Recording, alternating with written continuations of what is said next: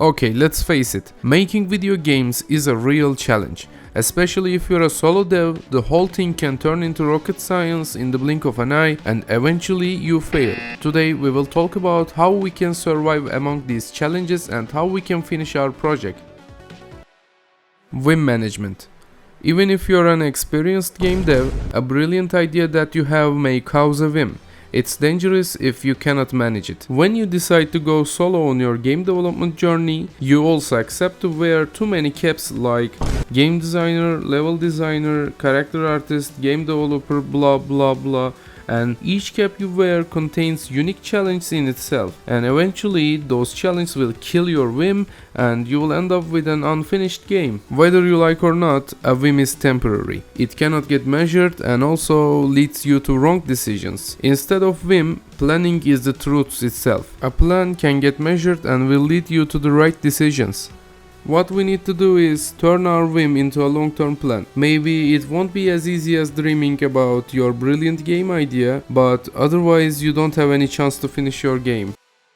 Making a plan. Making a game development plan is a topic that I should make thousands of videos about, but today I'll give you the core of making plan. Actually, we are trying to design the process that we will go through while making our game. Since you are all alone in this process, your plan must suit your abilities. The first thing you should do is to be sure which cap you wear more confidently. Think about yourself like a football team. If your team can run too fast, then you should focus on counter-attacking, so that you can benefit from this superior skill. For instance, it wouldn't be wise to expect a goalkeeper to be an attacker, right? Okay, enough football for today, let's back to game dev stuff. So I'm telling you that your game shouldn't rely on graphics if you're a skilled developer. Instead, you should focus on mechanics so that no one can write its code. It's your strongest skill. Your prior focus should be on mechanics. If you're a highly skilled artist, improve your game's visuals until your game's poorly coded mechanics become invisible. Visuals of the game should blow everyone's mind, even you. While making the development plan, you should be aware of your core abilities, and you also have to be honest with yourself. And also, don't forget about your skills while designing the game. You should always focus on your strongest side, otherwise you will get overwhelmed by struggling with the stuff that you cannot handle.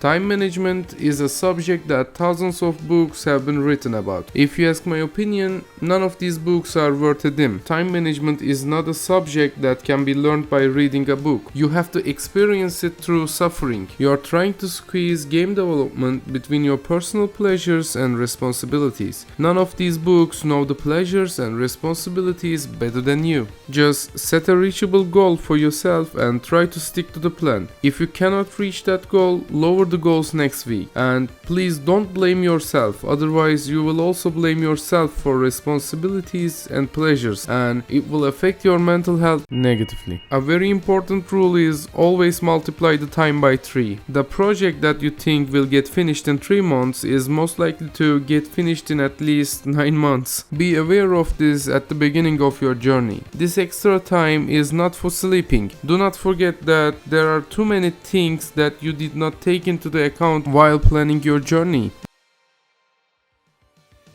Making a game excited you, but after a while you lost your motivation and you are about to throw the game into the trash bin. This could be the worst scenario. It's perfectly normal to lose interest in your project, but instead of killing your game depressingly, think about which small changes can make the game more exciting. Maybe a very small feature can help you to gain motivation again. You can watch how I beat the lack of motivation in my own game called Overwhelm by clicking on the card. Working on a hard project may get you out of motivation. In this case, instead of beating yourself out, step aside and ask yourself, how can I make this easier? Maybe removing a few features can save your life. The most important rule is always playable at the end of the day. Every time you are done with your game, it should play without errors when you press the play button. Imagine that you've coded something sketchy and not working at all. Maybe you won't have time for next 2 weeks and you will forget forget about your code. Even worse, it's very likely that you will not find the motivation to go back to a problematic and unfinished code tomorrow. Trust me guys, tomorrow you will hate yourself for the buggy code you left. If there is a game that you are currently developing and it is not playable, close this video immediately and make it playable. I am sure it will be more useful than watching this video. Every feature you add to the game may not worth the effort. Sometimes a feature in which you spend only 15 minutes can double the fun, but sometimes the mechanic that you have written for weeks may not even take your game one step further. So first, collect low hanging fruits. Maybe at the end of the day you won't need to collect high hanging fruits. At the end of the day, don't forget that you are making a game. Writing high quality code or making good visuals doesn't mean that you are making a perfect game. A game is a form of entertainment and its quality is only get measured by how much it entertains the people. Let's face the fact that no one cares about your perfect coding skills. All they want is fun. Let other people play your game and rate your game according to how much you entertained the people. And please don't take everything from here word by word like it works even if I write a spaghetti code.